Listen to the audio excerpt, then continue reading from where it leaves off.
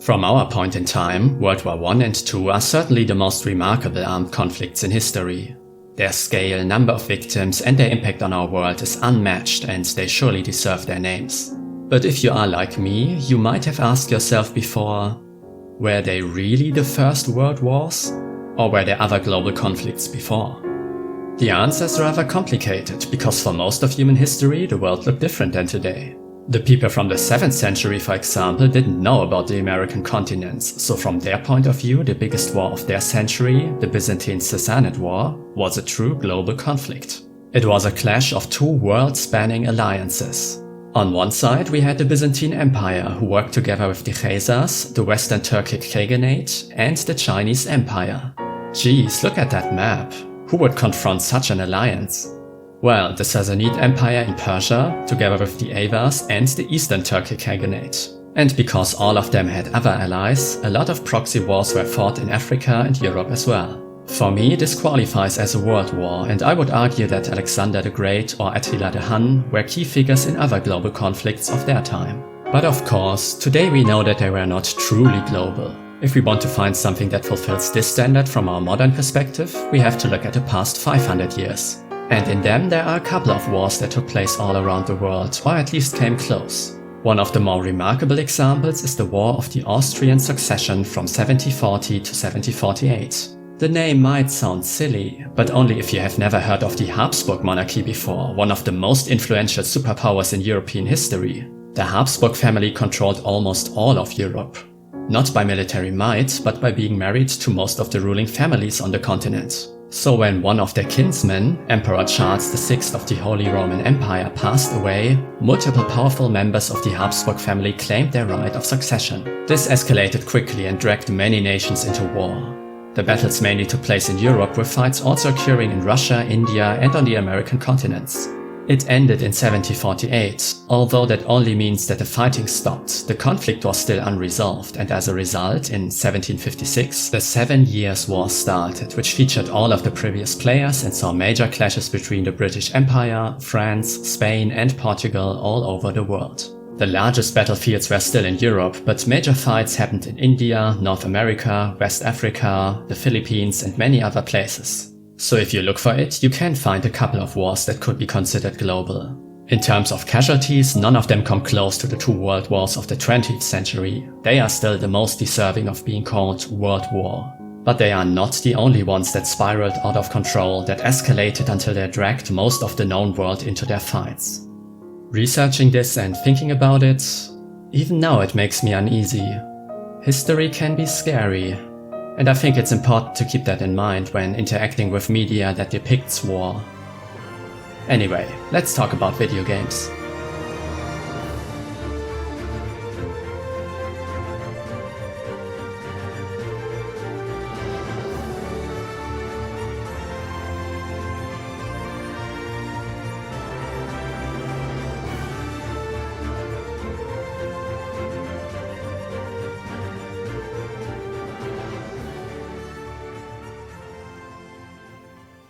I remember it clearly, as if it was yesterday. It was a sunny day when my squad and me arrived at Brule. For many this was an emotional return, because 5 months earlier they had to flee when the Empire invaded the village. Now the tides of war had changed and we had the order to take Brule back. However, the Empire was expecting our move and deployed a lot of snipers to set up a trap.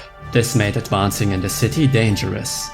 We were able to eliminate some of them before they could attack, but overall they slowed us down significantly, so the enemy was able to regroup and call for reinforcements. This would endanger the whole mission, so we needed to act fast. I looked at the enemy's position and located this outpost. If we could take that over, the Empire's supply line would be cut off. But it needed to happen fast. So I ordered Susie Evans to move out. Susie was an experienced scout and capable for agile maneuvers like that. It wasn't easy, but with the support of the squad and thanks to some stealth, she managed to arrive at the outpost and take it over. But the enemy would surely retaliate, and there was a heavily armed soldier of the Empire close by. He hadn't seen Susie yet, and if she could take him out, this position would be secured. So I gave the order, Susie snuck up on him, aimed and said, "I can't do it," and lowered her weapon.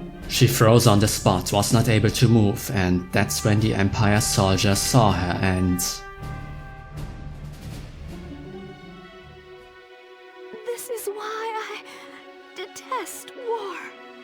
Too many have already killed and been killed.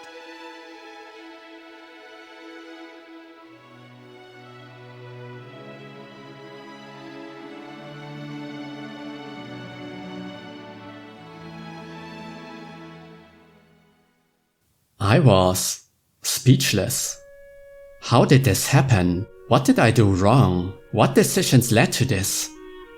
Well, I've been throwing around the term meaningful decision quite a lot in the past episodes, so in today's video I try to start out a bit more educational. I've already linked to this article by Soren Johnson before where this formula originates from, and if you haven't read it yet, I can definitely recommend it. And this GDC talk by his colleague Sid Meier, which is titled Interesting Decisions. Together they cover a lot of different aspects of decisions in video games, which is my main topic for today as well.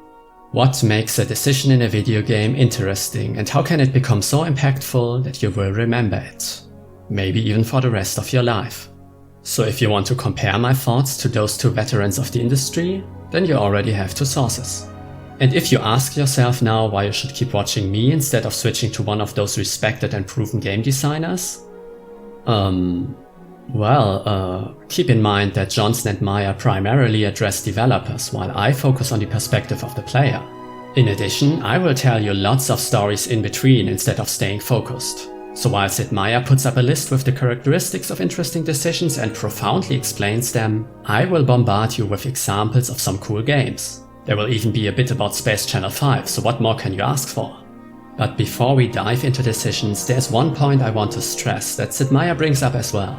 Now, I've gotten some pushback on this idea, people who disagree with the idea of that games are a series of interesting decisions, and I'm not going to argue about that today. I don't claim this is the only way of looking at games or applies to every single game.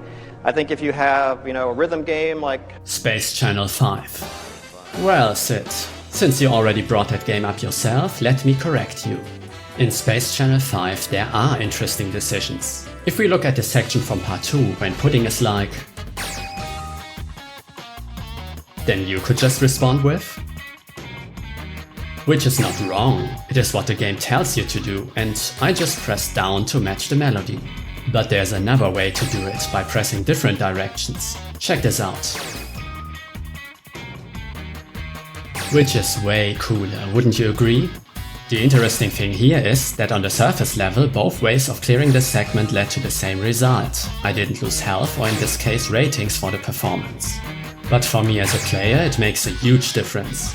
Option 1 is way easier to perform, while option 2 is risky but stylish, taking an unnecessary risk to look cool. Isn't that the most fundamental decision that we face every day? Well, Sid, how do you respond?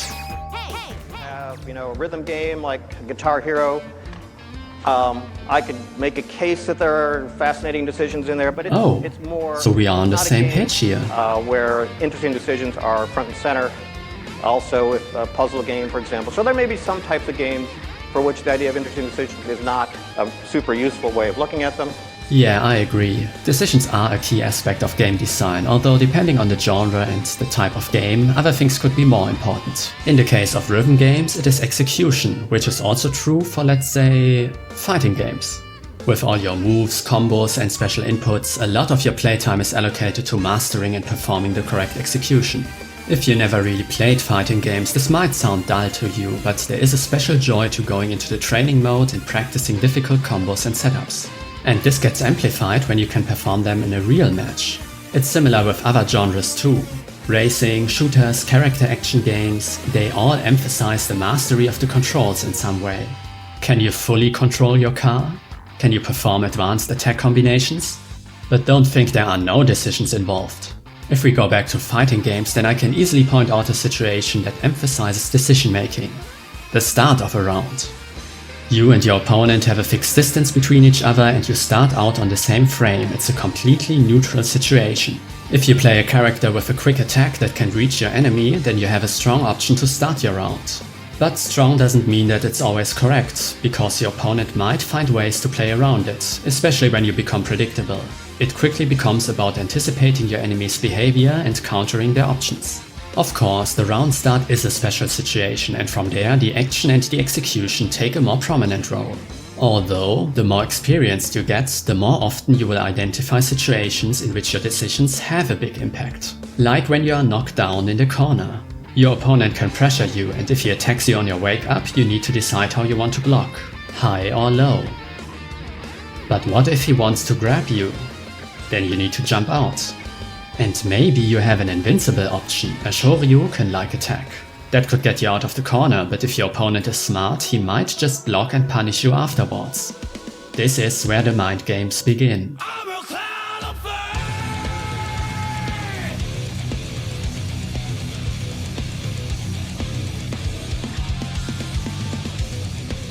There are fighting games that try to emphasize these decision-heavy situations, like Grand Blue Fantasy Versus. Here, special attacks don't need a complicated input, instead they work on a cooldown. So you don't need to worry if you will be able to perform the right button presses, and instead you just have to decide when to use them. Very beginner friendly. The work of a genius. An even more extreme example would be Fantasy Strike, which has such a simplified control scheme that every move just needs the press of one button. There are no hurdles in the execution. It is all about knowing the strengths and weaknesses of the characters on screen and anticipating which moves your opponent might choose. The highlight of the system is the Yomi counter, which interrupts an enemy's throw, damages them, and fills up your super meter. And to perform it, you just need to press nothing. No attack, no block, no movement, just standing around and doing nothing. Which is a bad idea in most cases, but if you can make the hard read and decide to press nothing, and the enemy actually goes for a throw, it is such a great feeling.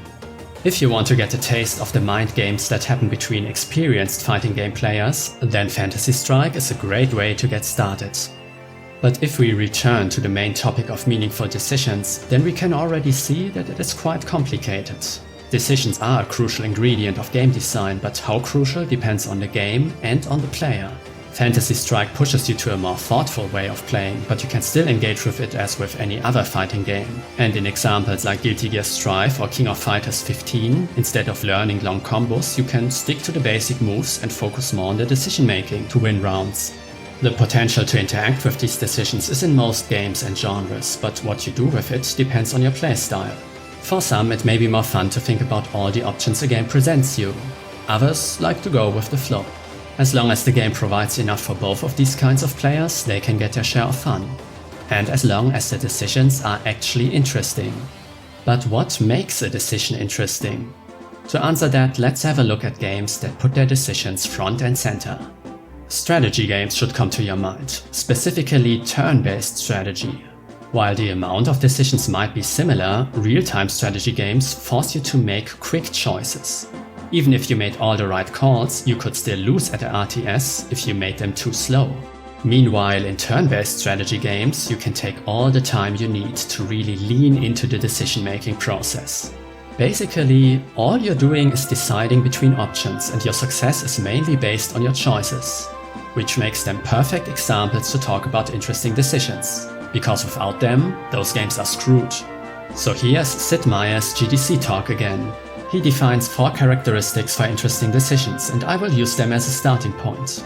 The first one is trade-offs, and when we look at one of the games that has his name on it, like Sid Meier's Civilization 5, then we can find trade-offs everywhere. Whenever you decide on your next research project or what to build in a city, and you know what? Let's not talk about Civilization here. Analyzing the decisions in Civ games, that has been done already. Also, isn't it kinda cheap to use a game of Sid Meier to analyze his theories? Of course you will find all of these things in his games. Wouldn't it be much more interesting to use a game as example that he didn't work on? How about Heroes of Might and Magic 3? Have you heard of that game before? I wouldn't be surprised if not, because nowadays the series is almost invisible. Back at the turn of the millennium, it was a big name if you were into strategy games, and it can be considered a classic. For two reasons. One is the well-implemented fantastical setting. It is chock full of fantasy imagery that harmonizes with the art style. You travel over these maps full of wondrous objects, find magical artifacts, consult your spellbook, or encounter magical creatures. These creatures are the stars of the game, and most of them are aligned with one of the 8 factions, 9 when you count the expansions. The Castle faction, for example, features soldiers, knights, and angels. They are your standard good guys, righteous and religious, the human army that fights evil. And that evil could be the Necropolis or Inferno faction. One is an army of undead, and the other the troops from hell.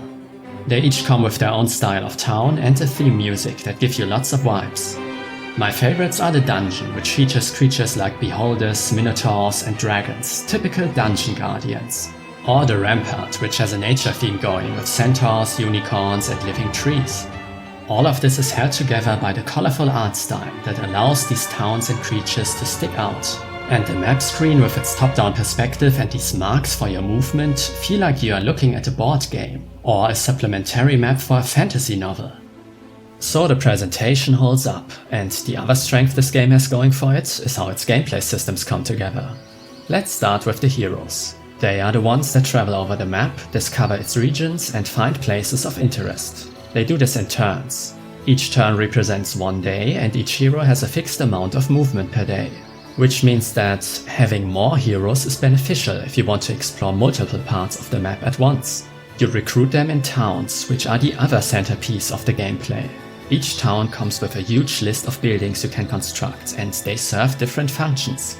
But since it's a turn-based game, you can only order one building per day, meaning you have to make a lot of decisions. Heroes are found in a tavern, so you usually want to get one early on. You can also build creature dwellings that let you recruit troops for your army. Each hero needs troops, otherwise they can't travel over the map, and they are the ones who do the fighting, so you naturally want to get as many as possible. It might seem viable to focus on getting these dwellings fast, but all of these buildings and the troops themselves cost a lot of resources, especially gold, and you might run out of it if you build without a plan. However, you can also buy buildings that increase your daily income, like the city hall or the resource silo. In terms of economics, it would be wise to invest in those buildings first to profit from the advantages for the rest of the game. Such a strategy could look like this. After building a town hall on day 1, I then prioritized the prerequisites needed for a city hall. So I built a mage guild, a blacksmith, and a marketplace. With that, I'm able to get a city hall on day 5, which grants me 2000 gold every day. That's a great boon, and having it this early really helps. On the remaining 2 days of the week, I construct 2 creature dwellings to get my army going. Overall, a solid start. At least as long as there are no enemies close by, which, by the way, there are. So depending on the situation, this can be risky because I only have 2 unit types available at the end of week 1. An alternative approach in which I focus on creatures leads to a very different result. Here I have 5 types of creatures available at day 7. And with the reinforcements you can recruit at the start of every week, I can easily build an army to fend off any early attackers. I might even start my own invasion with it. However, my finances are not that stable, and I need to begin constructing everything I need for a city hall soon, or I might run out of gold. This example is an excellent case to talk about the characteristics that Sid brought up earlier. You can immediately see the trade-off. I can choose stable finances or a lot of troops, but not both.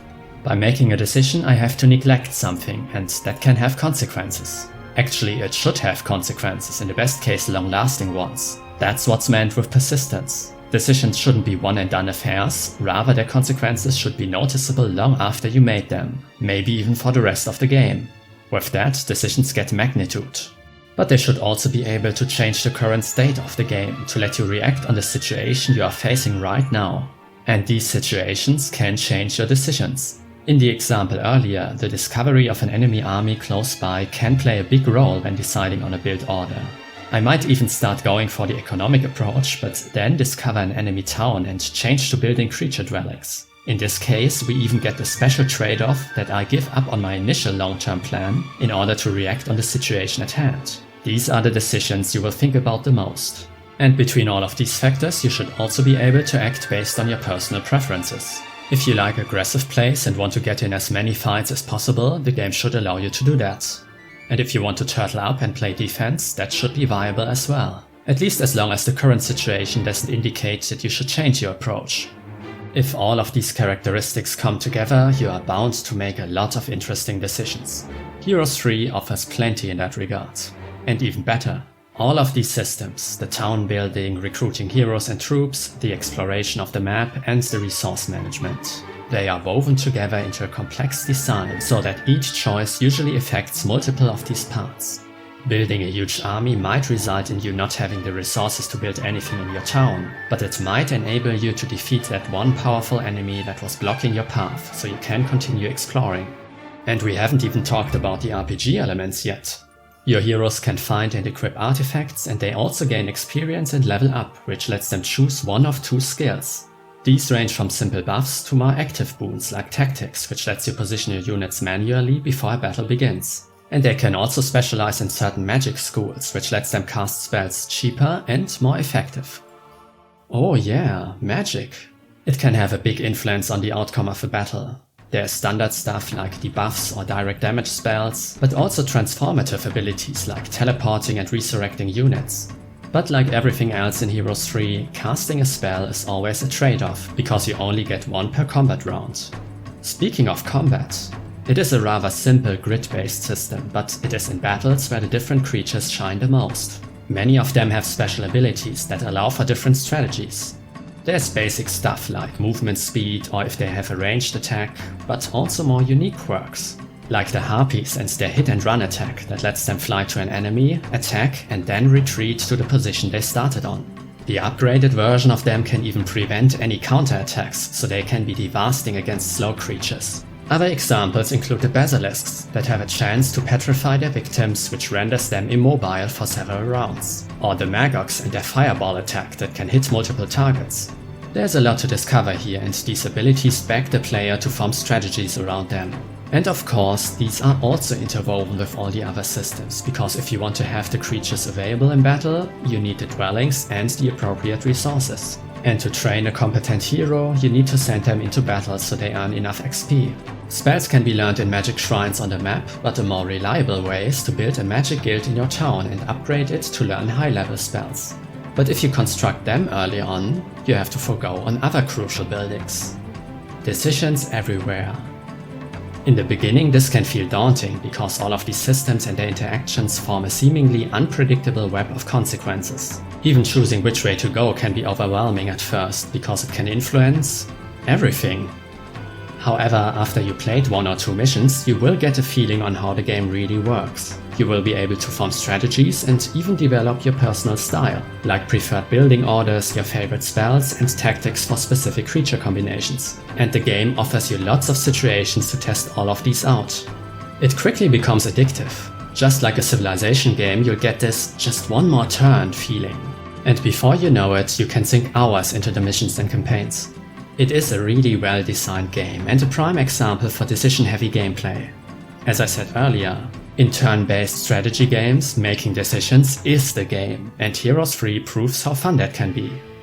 However, it also has the typical weaknesses of that genre, and at its lowest points, the game reveals how tedious these seemingly interesting decisions can become. In the early and middle parts of a mission, the gameplay system feels magical and every decision counts. But thanks to the slow turn-based nature, missions are really long. You get a certain objective like conquering all opposing towns or finding a specific artifact before the enemy does. This goal will influence your decisions as well, which is good, but during the mission you will usually get to a turning point. A decisive battle in which you annihilate the main army of your opponent, or you will have control over most of the towns. At this point you have basically won. You made a lot of good calls, and because of that the enemy will not be able to make a comeback. But the mission is not over yet. You still need to fulfill the objective, which might lead you to the opposite side of the map or to find all of the places the enemy might still be hiding some troops. And this will take time. Lots of time.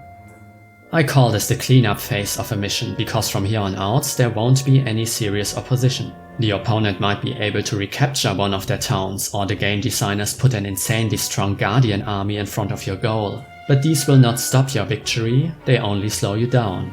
there's no tension left, because even if you make a lot of dumb decisions, the enemy still won't be able to compete with your wealth and your unstoppable armies.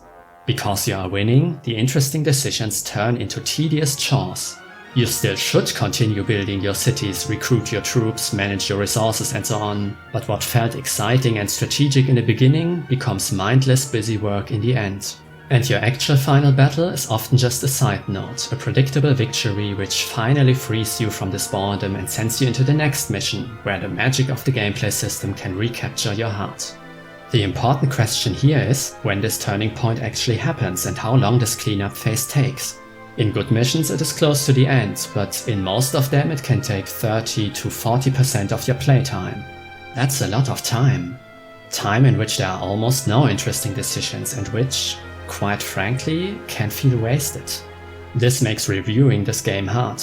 When I looked at my current ranking, I didn't immediately know where to put it. In its strong phases, Heroes 3 would easily earn a spot in the top 3.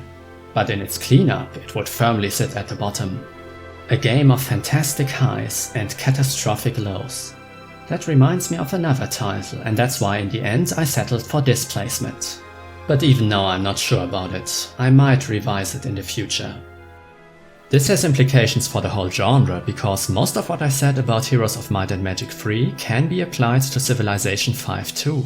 In the beginning, building your city, exploring the world, choosing technologies and policies, it all feels so addictive. But sooner or later you will also get into a cleanup phase where you are locked into a victory condition and just need to finish it. Your decisions will become less meaningful and managing all your towns and troops can feel like a chore.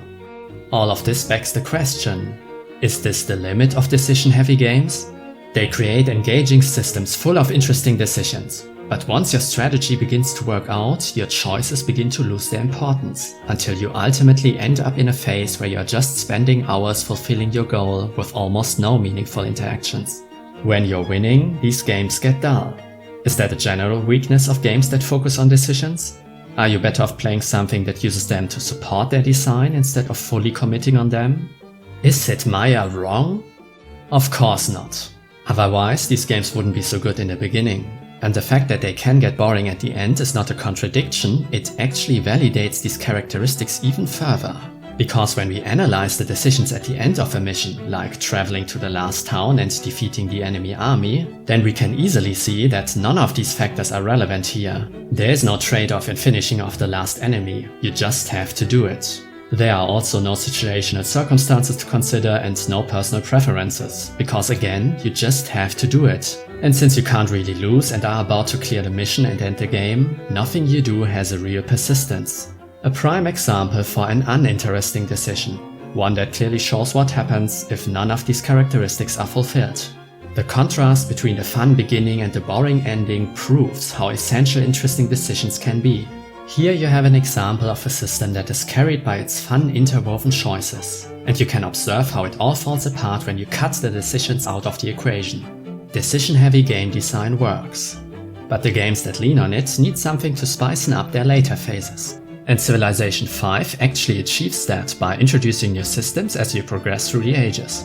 For example, the World Congress, where you and other nations vote on resolutions that can alter the rules of the game, like banning trade with city-states. Or in this instance, a World Fair, which kicks off a worldwide competition to invest in it, and the winner who gets to be the host will get some major buffs for quite a few rounds. Getting enough votes for the Congress can demand many alterations to your playstyle. And the same is true for new discoveries on the world map or new technologies. The most famous example here would be nuclear weapons that can completely shift the power structure. Yes, we are talking about you, Gandhi. All of these can revitalize the game and push the cleanup phase further to the end. It will still appear, but most decisions stay meaningful for most of the game. And I think this is one of the secret ingredients that separate good from great decision-heavy games. They should strive to keep their gameplay relevant for the whole playtime by introducing new challenges. As soon as your victory becomes a certainty and your decisions don't really affect the outcome of the game anymore, these games become boring, so they either need to finish at exactly that point, or they need to offer systems that can mix up the situation and force you to think about new approaches. Designing such systems, well, you'd need a master of game design to discuss this further. It would be beyond my abilities, so I will instead point out another secret ingredient for decision-heavy games. Did you notice that I played Byzantine in this round? You know why? Because I researched the Byzantine-Sassanid War for the bit at the beginning. And when I fired up a round of Civilization 5 to capture footage for this video, and yes, I did play a full round of Civ 5 just for this video. I'm serious about these, you know? Anyway, this war and its enormous proportions inspired me, so I chose Byzantine as my civ and a couple of the major players of that war as the opponents. One nation that was chosen randomly by the computer were the Ottomans, and that led to a rather curious situation. We were playing in a world where my capital was Constantinople and the Ottomans had Istanbul. And if you don't know why that's curious, then Google either of those cities and you will understand. For me, this had one consequence. I had to conquer Istanbul. I could not finish that game without controlling both of these cities. And that decision led me to researching everything that had to do with naval combat, investing heavily in a big fleet, and even to allying myself with the Persians, the opponents in the real-world Byzantine-Sassanid War. All of that, so centuries later I could take Istanbul. That felt great. And the funny thing about that story is that nothing in the game's systems really supported this decision, and originally I didn't plan to become a warmongering nation. You might call this behavior irrational or even stupid, and you would be right. That's exactly my point here. I made a decision actively disregarding the long-term consequences, the current situation and the trade-offs it forced me to do. Everybody hated me afterwards. This decision was just one thing: personal. Because I thought the irony in this whole situation, conquering Istanbul as Constantinople, for me, that's hilarious, and that's why I did it. This was the most interesting moment in this playthrough, and following through with it needed a lot of tinkering with my strategy. But that was okay, because this was my decision. For me this was personal, and I had to do it, not because this was the right or most beneficial thing to do, but because I just wanted to. I couldn't have done it any other way. That's just how I am. And this is the other special ingredient. Offer room for personal decisions. Encourage the player to not only consider what would be the best strategy, the most optimal play, but to also let them express their own playstyle, their own preferences, or even their own personality. That can elevate a decision and can make it even more interesting. Making it personal. That's what leads us to Valkyria Chronicles 4. And to this scene. But we are not ready to talk about that yet. When Valkyria Chronicles 4 was first announced in November 2017, I was hyped, and when it released roughly a year later, I immediately played it. This is a rare honor for a game because, if you couldn't tell by this list, I usually don't play games at their release. But I made an exception, and that's because of the first Valkyria Chronicles. This game was released in 2008 for the PlayStation 3, and for me it is one of the most memorable titles on that console. I enjoyed its unique gameplay, which I will explain later on, and also its presentation and story. In many ways it was something I never played before, and that's why it still holds a special place in my gaming collection. In contrast to Valkyria Chronicles 2 and 3, which I never played. That's not because of the quality of these games, I cannot say anything about that, but because of Sega's decision to develop them for the PlayStation Portable, a console I never owned. So I missed out on the two sequels, and because they didn't sell well, the series seemed to already have died down. I soon buried my hopes for a sequel I could actually play, and that's why I was surprised when the series suddenly resurfaced with an action spin-off called Valkyria Revolution. That was not the game I wanted, but it filled me with faint optimism. Soon after, Valkyria Chronicles 4 was announced, and after playing it I could say with certainty that this was what I wanted. Valkyria Chronicles 4 is a great game that even surpassed my experience with the first one. Let me explain you what makes it so great. The obvious point to start would be the fantastic art style. When looking at these scenes, you can't shake the feeling as if they were painted on a canvas. The watery colors, the lines, and many other effects I don't understand create this peculiar look, which makes the game easily recognizable. It is made possible by the Canvas engine, which was specifically developed for this series. It creates great images, and the overall style blends well with the anime aesthetics. However, it is in stark contrast to the setting. The series takes place on the fictional continent Europa during the Second European War, in which the Eastern Imperial Alliance tried to conquer the territory of the Atlantic Federation. The Federation consists of multiple democratic nations which try to protect their freedom from the militaristic and autocratic empire. I could give you more details, but I'm sure you already figured out that all of this is heavily inspired by World War II. It is not an exact recreation, the Second European War takes a very different path than a real-world counterpart. But the themes depicted throughout the story, like nuclear weapons or racial discrimination, clearly make the Valkyria Chronicles games about World War II. And all of this is presented in this beautiful anime look, which creates some mental dissonance, at least for me. Since Valkyria Chronicles doesn't shy away from some of the uglier topics of World War II, it can feel a bit off-putting to see it in this art style. And it's not just how it looks, because the story feels sometimes very anime as well. There are many power of friendship moments in which the characters overcome even the most harsh obstacles by believing in each other. If this were a typical fantasy adventure where the group was fighting a demon lord or something, then this would fit right in, but with World War II as a setting, it creates some situations that are hard to believe. This clash in tone gets even more critical in scenes when the game leans towards its more humoristic side. Here you'll encounter typical anime teenage drama. Just see for yourself. Who's gonna fight? Who the heck do you think?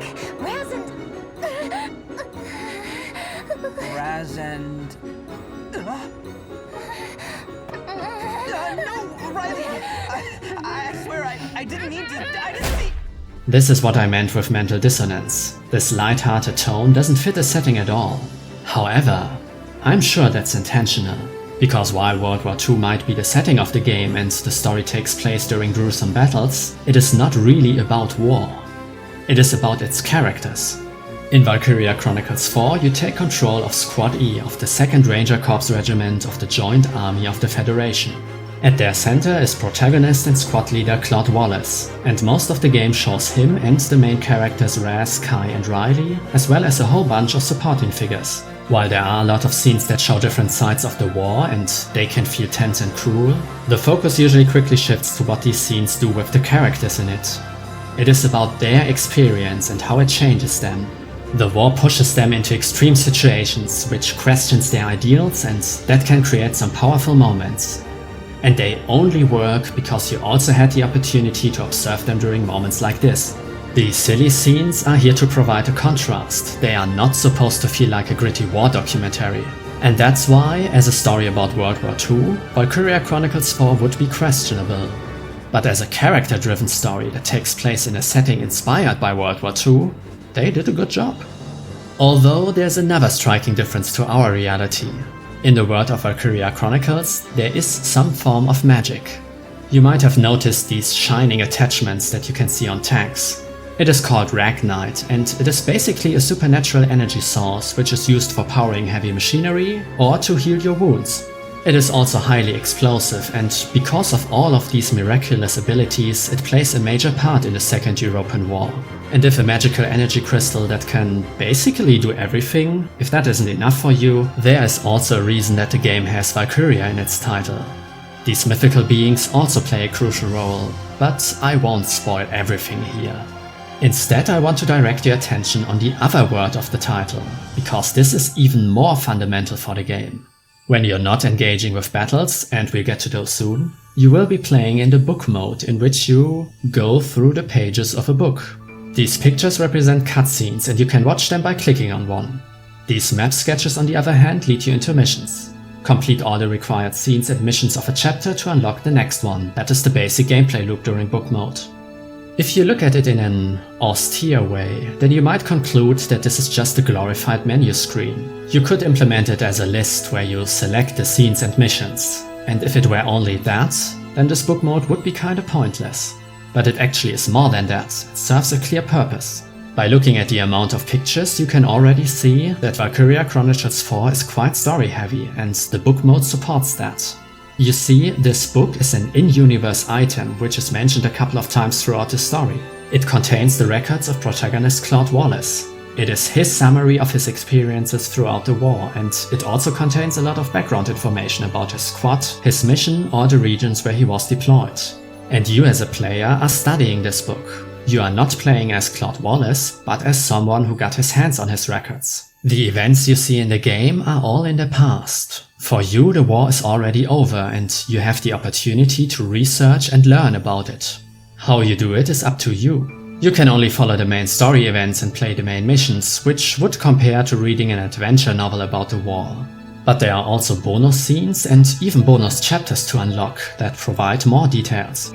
Or you can check out the glossaries and read up on game-specific terms, or you can get more details about the weapon technologies and how they were further developed during the war. There's even a register where you can read up the backstory of every member of your squad. This is all optional, and as a player you can decide if and how you want to interact with it. If you want to put yourself into the shoes of a history researcher, then you have more than enough material here. But you can also ignore it and just focus on the main story. It is up to you how deep you want to immerse yourself, and this will determine how you interact with the options in book mode. I think this is a quite clever solution. However, in terms of decision-driven gameplay, it is rather basic. So let's get into the main course of the gameplay, the missions. There's a lot to talk about here, because the missions offer an exotic genre mix. At first you engage with a turn-based system in which you position your units and give them orders. As soon as you select somebody, the gameplay mode changes and you switch into a third-person perspective to take direct control. You can run around in real time and perform actions like taking cover or aiming and shooting. While directly moving a unit feels nice and the mechanics are decently implemented, this action mode on its own would not be a very entertaining experience. You can make a lot of mistakes here, like running into the wrong direction, underestimating interception fire, or flat out make a risky shot and miss, but you cannot really win in this mode.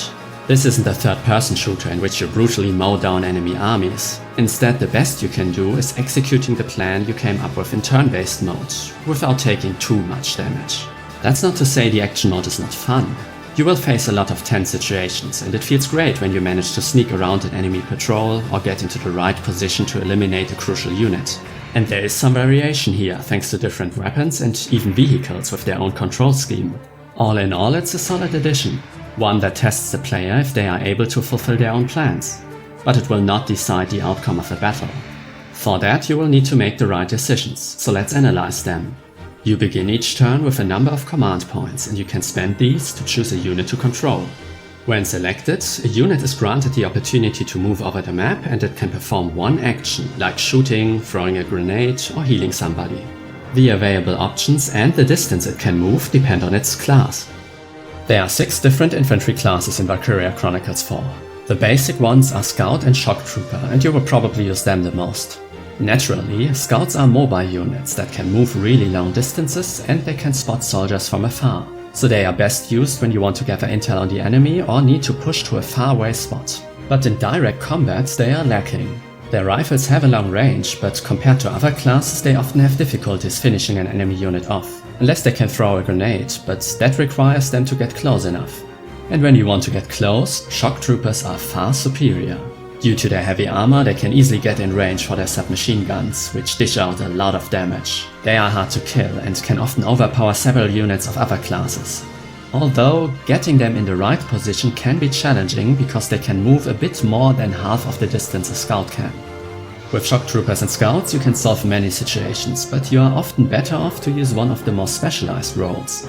My favorite are the Grenadiers, who use mortars. They are the only unit that can damage enemies without having a sideline. So you can hide behind cover, let a scout confirm the enemy position and destroy them. These classes offer a lot of room for tactics like that, so you will put some thought into which units you want to deploy for a mission. Most of the time you don't have any limitations, so if you want to go all Shock Troopers, the game allows that. And if you want to have only Snipers, Grenadiers and one Engineer to restock their ammo, that's also possible. Most of the time it is wise to bring one of every class and fill the remaining spots with those who you think will be the most useful. But if you are willing to make the trade-off, you can leave a specific type at base. Actually, there are missions where it is advisable to don't bring every type. It all depends on the situation. Remember those? Yeah, they are all relevant here, and selecting which units to deploy is only the first step. Your decisions become even more pronounced when you have to decide on whom you want to spend your command points.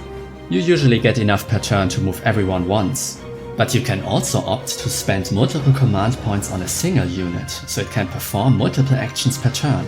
But there's a trade-off. Every time you select the same unit during one turn, its movement distance gets reduced. So it will be significantly slower on its second action, and after selecting this shock trooper for the 4th time, he could barely move at all.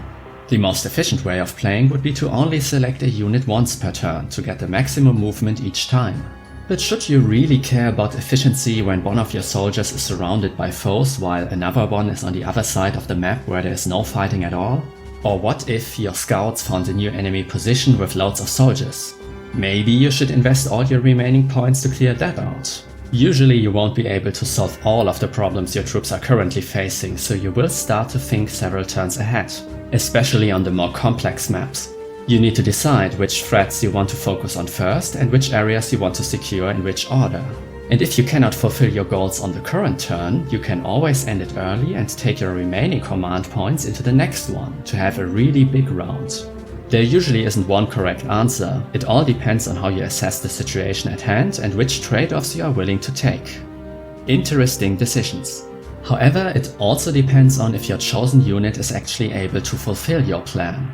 If you made a miscalculation, you might lead someone into certain death. Your enemy, the Imperial Army in most cases, use the same unit types as you do, and you need to consider their strengths and weaknesses. And their interception fire. During action mode, enemy troops will automatically open fire if you move into their attack range. This system adds a whole new layer to your strategy. You need to ask yourself if a unit can safely move to the position you want it to go. Maybe you need to spend some command points to make that possible, like selecting a sniper and eliminate an Imperial shock trooper who blocks your way. Shock troopers have the most devastating interception fire.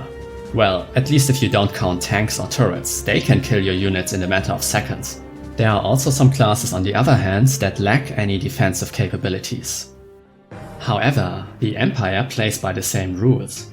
Except for this guy, but we'll ignore him for now.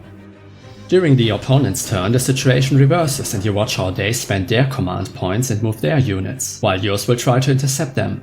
You hopefully formed some kind of defensive formation, otherwise they can easily reach your vulnerable soldiers.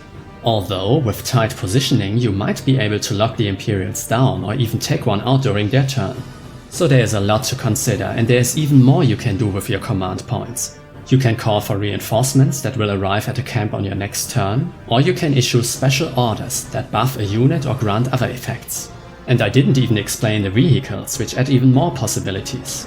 The main takeaway is that you are offered a plethora of options, and in each situation you have a big toolbox to craft your own solution. And how effective you use your options is tested in the different missions. The most common type of objective sees you conquering the main camp of the enemy. The weaker of these missions feel dull and streamlined, but on the more complex map layouts you have plenty of viable approaches. More often than not, there is some kind of twist involved, like a powerful boss character that's patiently guarding the main camp. Some of the more interesting missions completely abandon this concept and, for example, ask you to defend a position for several turns or to retreat safely. Sometimes the game even throws a wrench in your strategy by changing the objective mid-mission. This is a war after all, and not everything goes according to plan. The different objectives are paced out well, for the most part, because the missions in the beginning are kind of lame. The first two get a pass, because they mainly function as a tutorial, but they are followed up by a couple of battles that feel uninspired. This is one of the major gripes I have with the game. It starts out too slow. Unfortunately, the enemy AI also needs some time to warm up, and in the beginning they mostly stand around and only act if one of your units is already in range. At some point this changes, and before you know it, you can get steamrolled in a single round. Suddenly, ending your turn feels suspenseful, and watching an Empire turn can become just as engaging as planning out your own. While the enemy gets smarter and deadlier, the missions also get more extreme. You'll find yourself in one impossible battle after the other and need to juggle several problems at once. In this one, for example, a ship maneuvered itself into this frozen cliff and you need to protect it. The Empire has surrounded you and there's a constant stream of paratroopers coming down all over the map.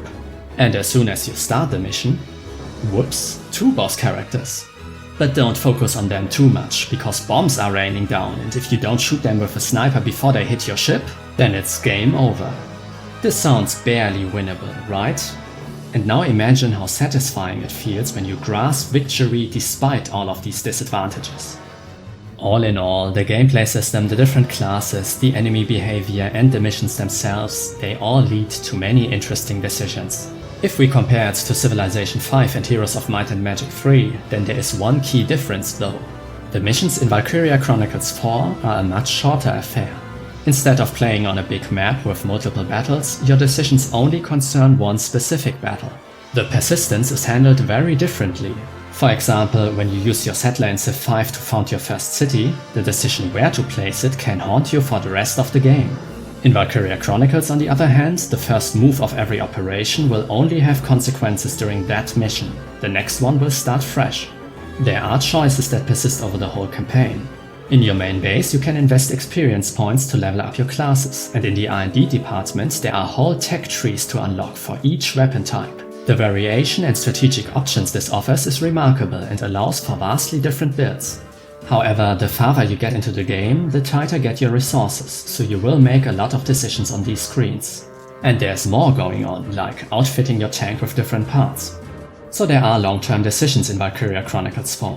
Nevertheless, comparing it with Civilization and Heroes of Might and Magic is complicated. They are all mainly based on decision-heavy game design and they can learn lessons from each other, but Valkyria Chronicles 4 is a very different game. While I was describing it, you probably thought of titles like Fire Emblem or XCOM Enemy Unknown. These tactics/strategy RPGs, this is where the Valkyria Chronicles series fits in. And for me it is the most interesting of the bunch, mainly because of the flexibility of the command points, the interception fire system and the fact you have to control your troops directly. But there is one feature they all have in common, one that I avoided until now. This will lead us right back into the persistence. In fact, it is one of the most extreme consequences that your decisions can have. They have Perma Death. Until now, I have been calling the members of Squad E units, but that's not what they are.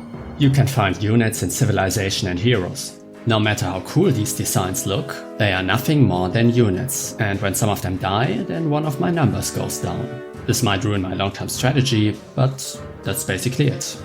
When somebody from Squad E dies, a very different thing happens. Because they are characters. They have names, faces and personalities. And this isn't just an aesthetic choice, they do have influence on the gameplay. If you check out the status screen, you will see that every soldier has a set of different abilities.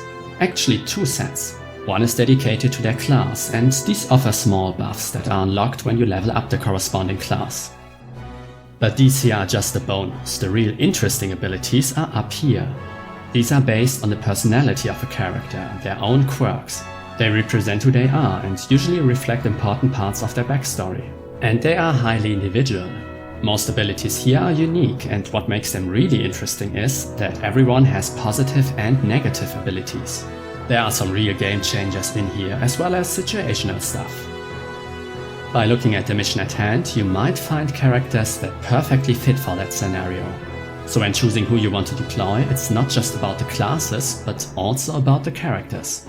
You could read up on all the quirks and decide on your team accordingly. This would be the optimal play, but you don't have to do that.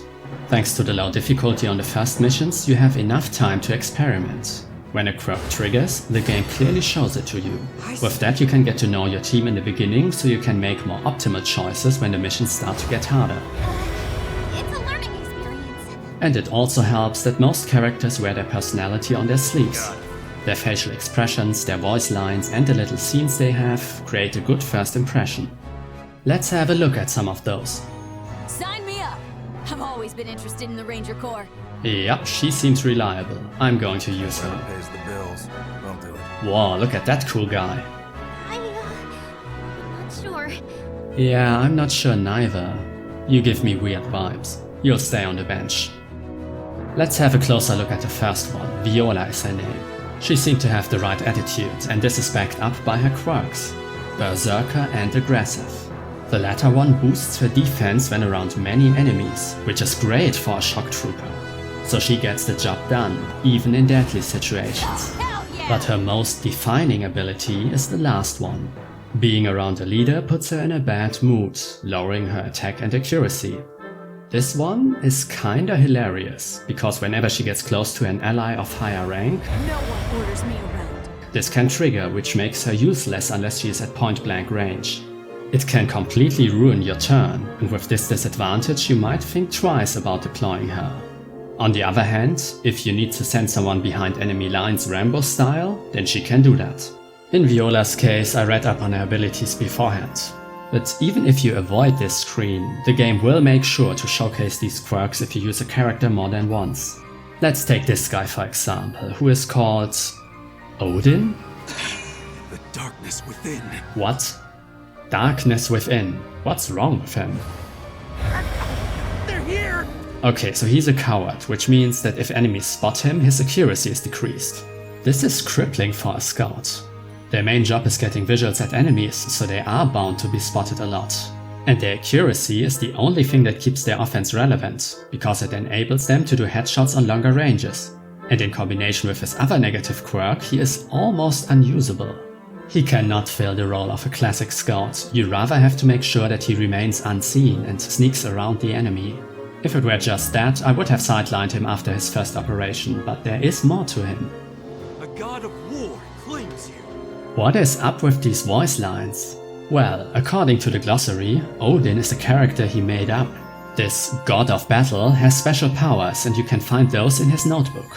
Funnily, his positive qualities are characteristics of this fictional Odin. Fake it till you make it, I guess. That's charming if you ask me. A man who prefers fantasy to reality, as the glossary puts it. He is quite the storyteller, I like it. Sadly, he is not a good soldier.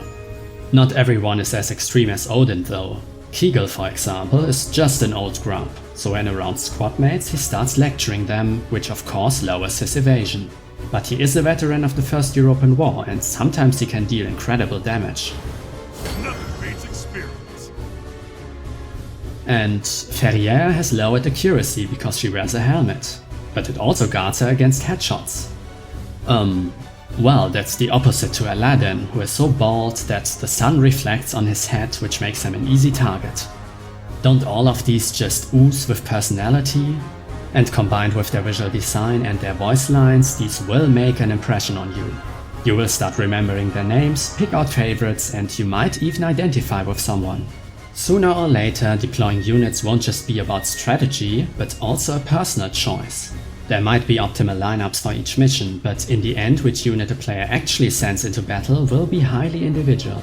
You will pick your own team, and characters you don't like or don't think that are up to the task will stay at base. And if you don't like the ones you start out with, don't worry, because during the campaign you get more squad members and they each introduce themselves for a first impression. Like Rancy here. Nancy Fiore reporting in. And I'm super sober, so don't worry, it's fine. Let's look at her abilities. Oddly, she has 4 negative quirks, which makes her special in a way. The highlight here is Hammered, which sometimes lets her forget that it's her turn and she just ends it. What, you don't want a drink? She does have high stats though. You might think that dealing with these abilities is a hassle, and it sometimes can be. Nevertheless, they are a highlight of the game. They make each of your units an individual that you as a player can never fully control. You might literally control their movement, but these abilities belong to them and you can never foresee when they will trigger. This can lead to dramatic situations, heroic moments in which one of the positive quirks saves a life, or crushing failures caused by a weakness. And with that, I'm finally able to return to that one scene from the beginning. It is from Valkyria Chronicles 1, and what happened here is what I just explained. Susie's ability Humanitarian triggered, which sometimes prevents her from shooting. This is one of the most extreme quirks, and I knew about it beforehand. I'm the kind of guy who, if a game provides me with a glossary, I will read it, so I did read a paragraph about her where it clearly states, incapable of killing a fly. And I ordered her to kill a shock trooper? What is wrong with me? In my defense, it had been a while since I deployed Susie. I chose her for this mission because it was in the countryside, which triggers one of her positive qualities. And because on this stretched out map I could use a scout as a support. My plan was to leave her at the main camp and only select her when I needed someone to move quickly to a faraway place. Like if somebody at the front line needed a heal, in which she also exceeds by the way. or if I needed to take a camp quickly. So I made a lot of good choices here, and she indeed fulfilled the role I assigned to her. But because everything went so well, I forgot about her personality and just thought about the optimal strategy to end my turn. That's why she died. Because I just had to do an optimal turn. And because Susie stayed true to herself. And because there is Perma Death. So imagine you found your favorite team full of characters you like, and then you have to send them into something like this. What will you do? Send out your favorites nevertheless? Or mix them with characters that seem more useful for this specific mission? Or maybe choose somebody you might be willing to sacrifice, just in case. When these characters made an impression on you, the tension of these missions can reach incredible highs because you are no longer just playing to win, you are also fighting for their survival. This got personal. And if the worst thing happens and somebody gets killed, then they are gone for the rest of the game. I should mention that your characters don't die that easily. When their health is depleted, they go down and stay in critical condition for a couple of rounds. If you manage to reach them with another soldier before their time runs out, then they will get rescued by your medic, the biggest hero of your squad by the way. They will be out for this mission, but can return for the next. But if you fail to reach them, or if an enemy gets close enough to finish them off, then this happens. This is how it ought to be. An old man moves on. You kids get to see tomorrow. And I called him Old Grump earlier. Trust me, if somebody dies you really liked, then you will remember the scene. And your decisions that led to it. It won't always be your fault, because sometimes unforeseeable things happen, but you will feel responsible and might feel the urge to reload. Maybe you're not sold yet, after all it is only based on these abilities, the presentation and their backstories. It was enough for me. The way the characters are implemented and how it made my decisions personal, that's one of the main reasons I love Valkyria Chronicles 1. But part 4 has even more to offer on that front. Its greatest addition by far are the squad stories. If you spend enough command points on one character, you unlock an extra page in your book along with several scenes and a mission. It is a bonus story about 3 of the characters and the key moment they experienced. You'll get a lot of new information, can see them interact with each other, and may witness some character development. One of the first I unlocked was with Viola, and in her story she gets teamed up with Emmy and Simon because they all got into trouble and were sent on a rehabilitation program. I had not used Simon and Emmy before, so I had an opportunity to get to know them better, but naturally I was more focused on badass berserker Viola. At first they didn't get along, but during the mission they formed some mutual respect, and Viola of all people learned the value of teamwork. This experience changed all of them, and they ended up becoming friends. At the end, seeing Viola admitting that sometimes she should follow orders to support the team was heartwarming, in a weird way. As a result, one of her quirks changed. Her ability that diminished her attack power whenever an officer is nearby was swapped out with troop solidarity, which increases her offense when she is around other shock troopers. And just like that, she had become much more powerful. There's a cool message in here. In order to unlock a squad story, you have to use a character a lot, meaning you have to deal with their negative quirks. But if you stick with them, they can overcome their weaknesses, and through the help of other squad mates, they might unlock new potentials. They even inspire 2 of their comrades in the process and make them much more effective as well. I love this system, and it's the main reason why I'm talking about Valkyria Chronicles 4 and not 1 right now. There are some great experiences hidden here, and the effect they have for the rest of the game is a great bonus. I could talk about these all day, but this video is already... Oh god, I wanted to stay under an hour for once. How does this keep happening? Okay, in that case I will just talk about one more. And I know that you all want to hear about Vancy, but my favorite is actually another one. Remember that panicky Odin guy? Despite everything I said earlier about how unusable he is, I still deployed him a lot. His whole deal about his fictional persona, it kinda spoke to me, so I had to unlock his side story. It also stars Jimmy, a lancer I had used quite a lot, and Lily, a newcomer from my perspective. She is very rude, because she doesn't respect Odin at all. Oh, if it isn't Thomas Kevin. Wait, his last name is Kevin? Could it be... He is quite a storyteller, I like it. It's me. Come to think of it, I did only use him so much because I liked his spiel with his fake personality. It's his way to hide weaknesses. I can relate to that. And when Lily continued harassing Kevin, I felt myself getting defensive. This was the character I identified with. I had to know everything about him. Well, he is easily scared, of course, and he also tenses up when somebody around him gets too real. The truth. I'm gonna be a father soon. My first child's about to be born back home. For someone who hides his own personality, getting confronted with someone so earnest hits hard. Especially when your own backstory goes like I this. didn't even want to enlist. My parents signed me up for this. Why? Well, I mean, I was living in their house and I didn't have a job, so yeah, I just stayed in my room all the time, and eventually they just kicked me out. And Wow. You're kind of pathetic. Shut up! At this point, their mission was already going really well. They were surrounded behind enemy lines, so a prime situation to trigger all of Kevin's negative abilities. He just wanted to run away. And in the end, this wish was granted. And not only that. But you and Jimmy are different. I'm fine with dying if you get to live. So, goodbye, Thomas. wait!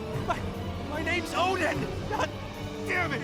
This is the moment that broke him. This is when his true and fake personality clashed and teared each other apart. Now he had to define who he truly is. This is when Odin became a hero.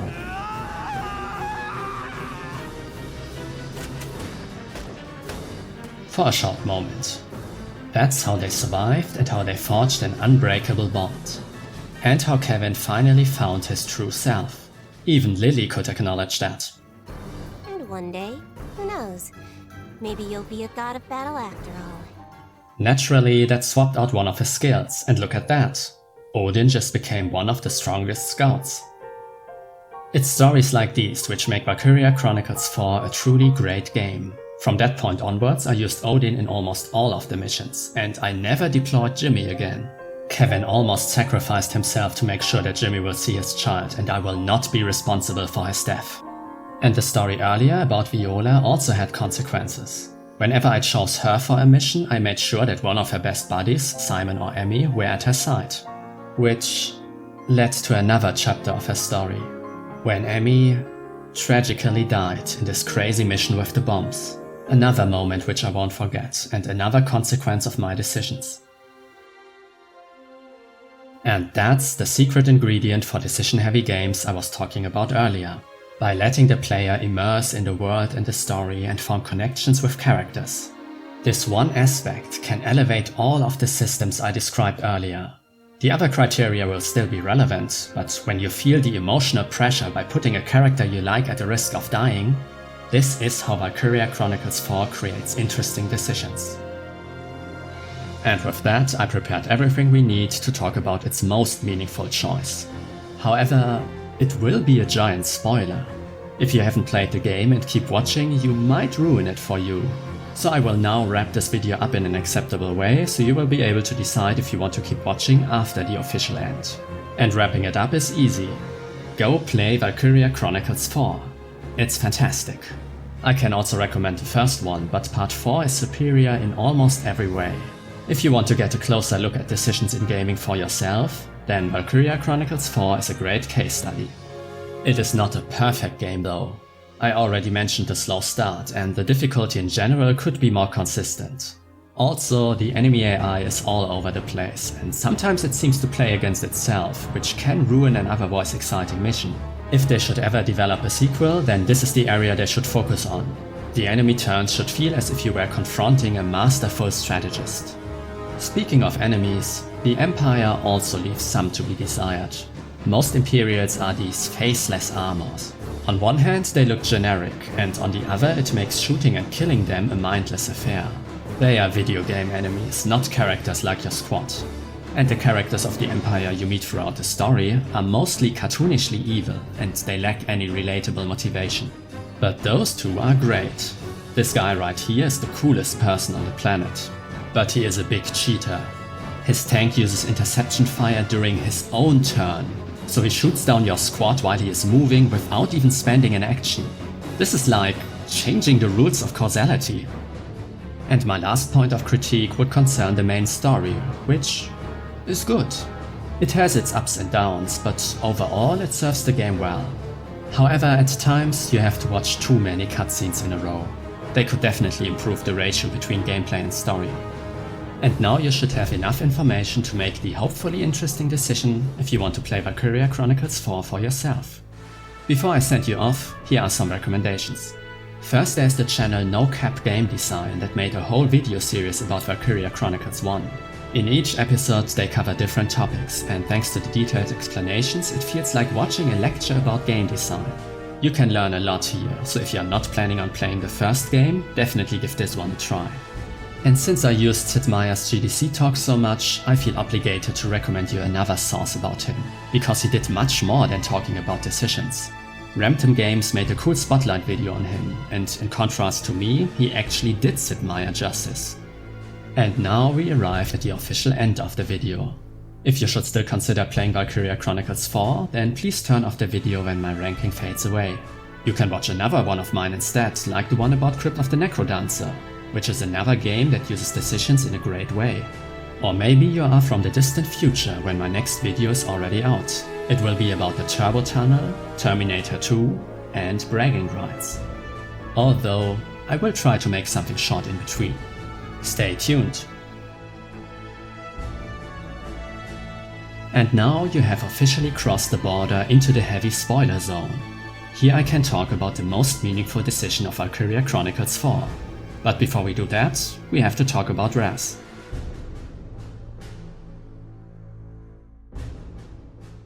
Raz is a shock trooper and a main character.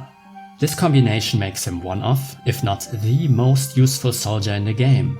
Furthermore, due to his story relevance, he cannot die like the others. With all the benefits he provides, you would handicap yourself if you didn't use him in most of the missions. You might still consider it, because Raz is a douchebag. In the beginning he has some character-defining moments. There's this memorable quote, for example. Check out the ass on that one! I'd swap her deck. Inappropriate, sure, but in a military setting you could brush it off as stupid banter. But it is soon followed up by the game's most controversial scene. Like there's any chance of that. But seriously? No guy's got an ass this tight. Yep, that happened. And that led to this scene, by the way, so thanks, Raz. And there are other occasions that portray him as an idiot. But he is not irredeemable, because he is also a great and supportive friend towards main character Claude. Those two form a deep friendship, and Raz is somebody Claude can always rely on. And the other way around, because Raz might be hot-headed and full of himself, but without Claude's orders he can feel lost and insecure. He is definitely a complex character, and depending on what you value, you might have a strong opinion about him. That is a good thing.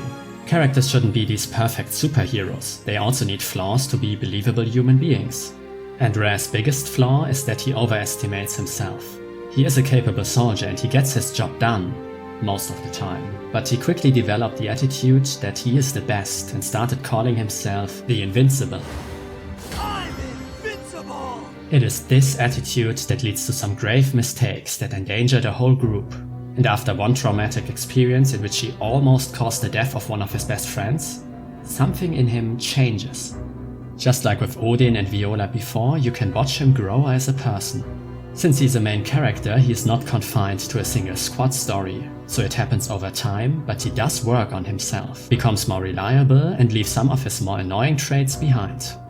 Watching this change is appealing. I didn't like Raz in the beginning and he wasn't my favorite character in the end. But seeing how he changed his attitude and became a better person, I can appreciate that. That's what made him a valuable member of the squad, one that I could rely on. And at the end of that process, Chapter 16 happens. At this point, main character Claude is commanding this huge ship, but he gets outsmarted by the enemy commander and falls into his convoluted trap. Explaining the whole situation would be rather complicated, but the solution for it is quite simple. In order for the ship to move on, Claude needs to send a strike team to deactivate the Ragnar generator that's powering this electric fence. Coming up with that plan was easy, but when it comes to its execution, Claude hesitates. Because there's a catch. Since the Empire is closing in from all sides, the ship needs to push through as soon as the generator is disabled, which means that the strike team that went to the generator will be left behind. Or as Claude puts it, It's a suicide mission. and when Raz hears this, he is immediately on board. Without any hesitation, he volunteers to go to the generator and even convinces Claude that he doesn't need to blame himself for this situation. As usual, he is absolutely full of himself. All of his lines are so in character. This is the same Raz the Invincible you witnessed all game, but while in the beginning his behavior led the whole squad into danger, this time he uses it to protect everyone. And so he moves out. In the mission that follows, the rest of the squad creates a diversion and takes out dangerous obstacles, while Raz closes in on the generator. And just as predicted, he manages to reach it and shut it down. And as Claude predicted, he never returned. So much for Raz the Invincible, huh? With his sacrifice, the ship can move on and you get one step closer on completing the game. All of this is nice. The whole setup and the scenes that surround this event are pretty effective and even heart-wrenching. During this you will most likely feel something. But whatever that may be, there will be something else going on in you. Because chapter 16 is not only about Raz.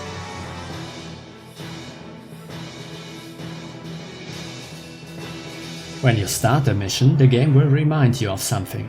While the scenes leading up to it focused on Raz, this was never meant to be a one-man show. They talked about a strike team. And when the mission asks you to choose the characters you want to deploy, there is one empty spot next to Raz that you have to fill. The game makes it very clear that whoever you deploy here is locked in and will be part of the suicide mission. In other words, it wants you to choose somebody to die.